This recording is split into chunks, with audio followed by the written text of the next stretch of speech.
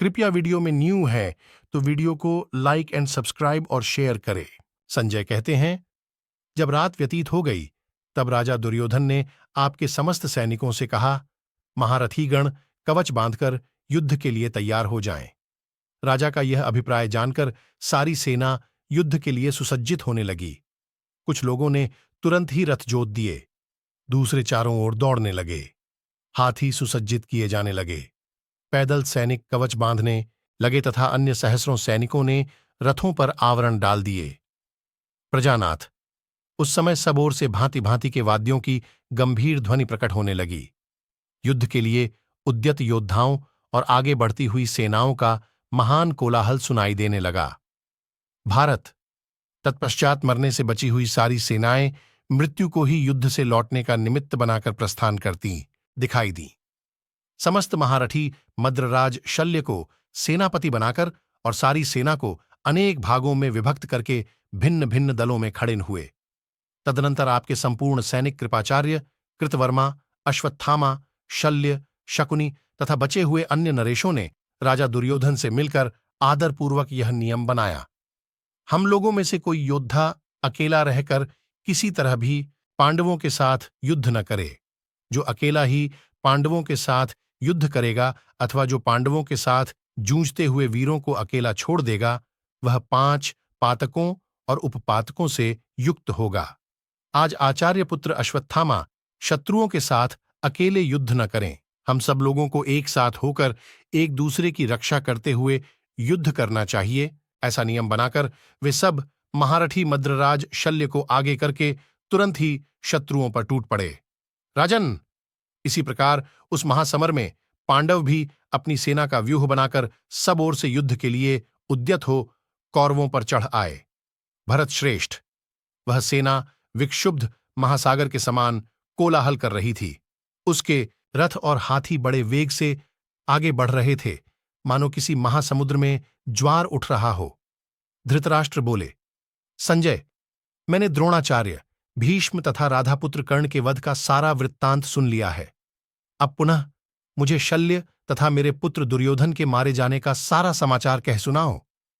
संजय, रणभूमि में राजा शल्य धर्मराज के द्वारा कैसे मारे गए तथा भीमसेन ने मेरे महाबाहु पुत्र दुर्योधन का वध कैसे किया। संजय ने कहा, राजन, जहां हाथी, घोड़े और मनुष्यों के शरीरों का महान संहार हुआ था, उस संग्राम का मैं वर्णन करता हूं। आप सुस्थिर होकर सुनिए। माननीय नरेश, द्रोणाचार्य, भीष्म तथा सूतपुत्र कर्ण के मारे जाने पर आपके पुत्रों के मन में यह प्रबल आशा हो गई कि शल्य रणभूमि में संपूर्ण कुंती कुमारों का वध कर डालेंगे। भारत, उसी आशा को हृदय में रखकर आपके पुत्रों को कुछ आश्वासन मिला और वे सम्रांगण में महारथी मद्रराज शल्य का आश्रय ले अपने आप को सनाथ मानने लगे। राजन, कर्ण के मारे जाने से प्रसन्न हुए कुंती के पुत्र जब सिंहनाद करने लगे, उस समय आपके पुत्रों के मन में बड़ा भारी भय समा गया। महाराज, तब प्रतापी महारथी मद्रराज शल्य ने उन योद्धाओं को आश्वासन दे समृद्धिशाली सर्वतोभद्र नामक व्यूह बनाकर भारनाशक, अत्यंत वेगशाली और विचित्र धनुष को कंपाते हुए सिंधी घोड़ों से युक्त श्रेष्ठ रथ पर आरूढ़ हो पांडवों पर आक्रमण किया।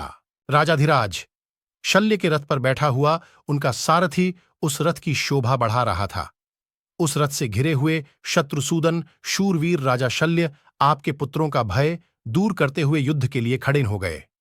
प्रस्थान काल में कवचधारी मद्रराज शल्य उस सैन्य व्यूह के मुखस्थान में थे। उनके साथ मद्रदेशीय वीर तथा कर्ण के दुर्जय पुत्र भी। व्यूह के वामभाग में त्रिगर्तों से घिरा हुआ कृतवर्मा खड़ा था।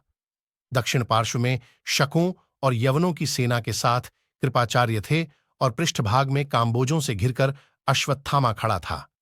मध्य भाग में कुरुकुल के प्रमुख वीरों द्वारा सुरक्षित दुर्योधन और घुड़सवारों की विशाल सेना से घिरा हुआ शकुनी भी था। उसके साथ महारथी उलूक भी संपूर्ण सेना सहित युद्ध के लिए आगे बढ़ रहा था।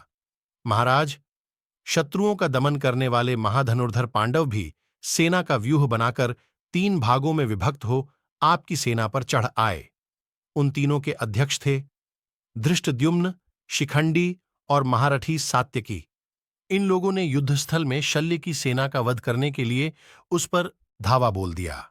अपनी सेना से घिरे हुए भरतश्रेष्ठ राजा युधिष्ठिर शल्य को मार डालने की इच्छा से उन पर ही आक्रमण किया। शत्रु सेना का संहार करने वाले अर्जुन, महाधनुर्धर कृतवर्मा और संशप्तक गणों पर बड़े वेग से आक्रमण किया। राजेंद्र, भीमसेन और महारथी सोमकगणों ने युद्ध में शत्रुओं का संहार करने की इच्छा से कृपाचार्य पर धावा बोल दिया। सेना सहित माद्री कुमार नकुल और सहदेव युद्धस्थल में अपनी सेना के साथ खड़े हुए महारथी शकुनी और उलूक का सामना करने के लिए उपस्थित थे। इसी प्रकार रणभूमि में नाना प्रकार के अस्त्र शस्त्र लिए क्रोध में भरे हुए आपके पक्ष के इस 1000 योद्धा पांडवों का सामना करने लगे। धृतराष्ट्र ने पूछा, संजय, महाधनुर्धर भीष्म, द्रोण तथा महारथी कर्ण के मारे जाने पर जब युद्धस्थल में कौरव और पांडव योद्धा थोड़े से ही बच गए थे और कुंती के पुत्र अत्यंत कुपित होकर पराक्रम दिखाने लगे थे, उस समय मेरे और शत्रुओं के पक्ष में कितनी सेना शेष रह गई थी? संजय ने कहा, राजन, हम और हमारे शत्रु जिस प्रकार युद्ध के लिए उपस्थित हुए और उस समय संग्राम में हम लोगों के पास जितनी सेना शेष रह गई थी वह सब बताता हूं, सुनिए। भरतश्रेष्ठ, आपके पक्ष में 11,000 रथ, 10,700 हाथी, 2 लाख घोड़े तथा 3 करोड़ पैदल, इतनी सेना शेष रह गई थी। भारत, उस युद्ध में पांडवों के पास 6,000 रथ, 6,000 हाथी, 10,000 घोड़े और 2 करोड़ पैदल इतनी सेना शेष रह गई थी। भरतश्रेष्ठ, ये ही सैनिक युद्ध के लिए उपस्थित हुए थे। राजेंद्र, इस प्रकार सेना का विभाग करके विजय की अभिलाषा से क्रोध में भरे हुए आपके सैनिक मद्रराज शल्य के अधीन हो पांडवों पर चढ़ाए। इसी प्रकार सम्रांगण में विजय से सुशोभित होने वाले शूरवीर पुरुष सिंह पांडव और यशस्वी पांचाल वीर आपकी सेना के समीन आ पहुंचे। फिर तो परस्पर प्रहार करते हुए आपके और शत्रु पक्ष के सैनिकों में अत्यंत भयानक घोर युद्ध छिड़ गया। महाभारत की ऐसी कई रोचक कहानियां हैं जो हम आपको बताते रहेंगे। हमसे जुड़े रहने के लिए हमारे चैनल को सब्सक्राइब कीजिए। आपका बहुत बहुत धन्यवाद।